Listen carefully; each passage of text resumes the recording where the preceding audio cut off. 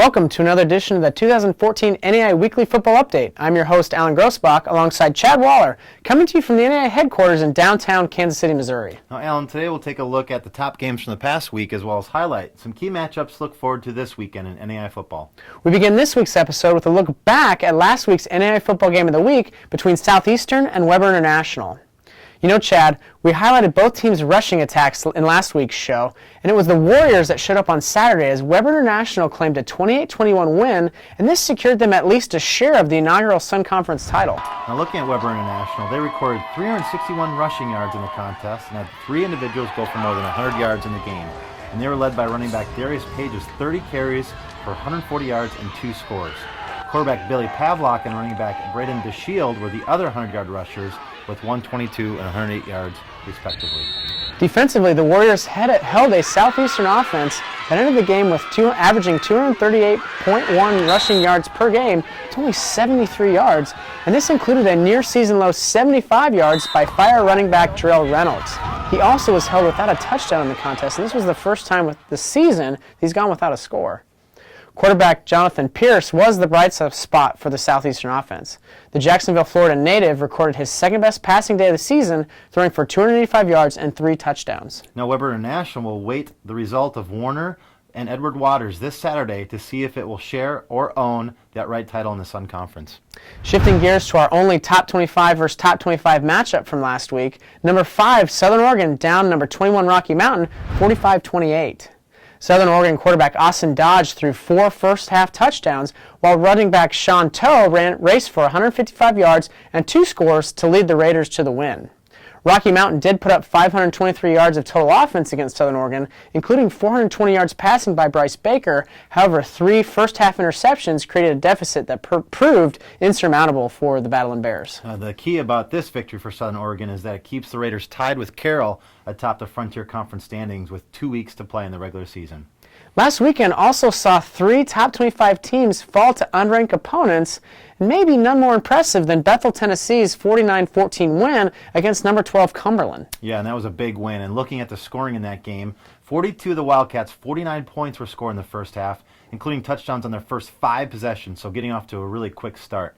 Defensively, Bethel forced 6 Cumberland turnovers, including an interception and fumble recovery by Jeremy Williams.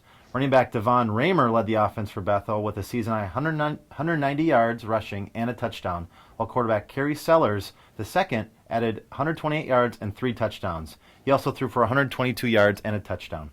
The other notable upsets from the week were Culver Stockton defeating number 7 Baker 38-24, and Nebraska Wesleyan knocking off number 19 Dakota Wesleyan 24-7. Let's look now at this week's coaches poll, and the top 5 teams from last week held their positions, highlighted by top-ranked Morningside's 7th straight number 1 ranking. The Mustangs kept their unbeaten record intact last Saturday with a 44-21 win against Concordia, Nebraska. This improved them to 8-0 on the year. Morningside faces its toughest test of the season as they welcome number 7 Northwestern on Saturday. Winner of this game will be in the driver's seat for the Great Plains Athletic Conference title and a potential automatic berth into the 2014 NAI Football Championship Series. And it could be a host spot, too, for hosting the first round of the playoffs, too. Exactly. Now, there wasn't a lot of notable positive movement in the poll this week, as no program shifted upward more than 2 places. However, there were some key drops in the poll.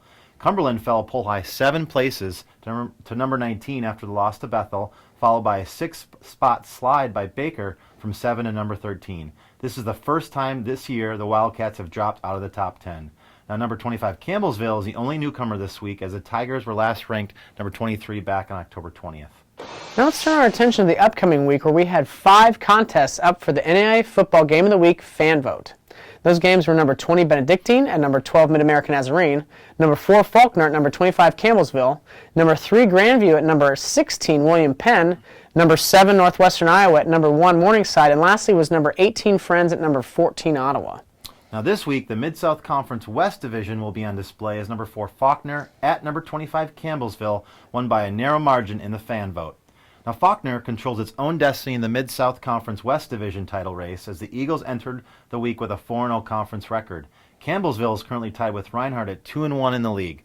So if the Tigers can win on Saturday and then knock off Reinhardt the following week, Campbellsville will receive the auto berth out of the conference based on the tiebreaker, assuming they've jumped in the top 20 of the coaches' poll. So there's a lot riding on this game.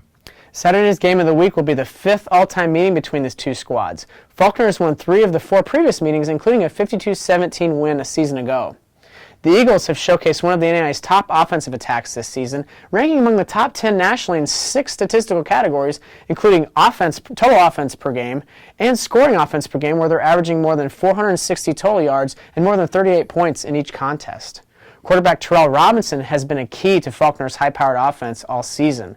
The South Pittsburgh, Tennessee native ranks 2nd in the NAIA in total offense per game with a 337.1 yards per game average and 3rd in passing yards per game at more than 287 yards per contest. Robinson has gone for more than 300 total yards in 6 of 9 games this season, and he should be well rested after a blowout win last week had him see limited action. Now, Campbellsville, they have had a little bit of an up-and-down season, but does boast a marquee win against number 6 Georgetown, 28-24 back on October 11th. The Tigers own the NAIA's second-best passing attack at over 326 yards per game, led by quarterback Jacob Russell. Now, Russell has thrown for 2,260 yards and 21 touchdowns on the year. He has also only been intercepted 5 times in 278 attempts, so accuracy is his key. Wide receivers Trevon Chapman and Demetrius Gibson are his 2 favorite targets. Both have at least 40 catches and more than 800 yards receiving on the season.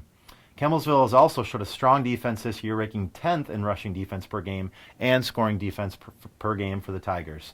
And I really think this game is going to come down to the Tigers' ability to stop the high-powered offensive attack by Faulkner. This game has the potential to be a real shootout. Also, with a conference title on the line, you never really know what to expect. That's a great point. A lot riding on the game on Saturday. It should be really fun to watch. As we mentioned earlier, that game was picked by a Facebook fan vote, and we're always interested in hearing from the fans of NAIA football and ask you to get involved in the voting of the NAIA football game of the week. Next week, we'll post our top games to Facebook. This typically happens Monday evening by 5 p.m. Central Time, and so be sure to pick your favorite game by 9 a.m. on Tuesday, and we'll have it highlighted in the show.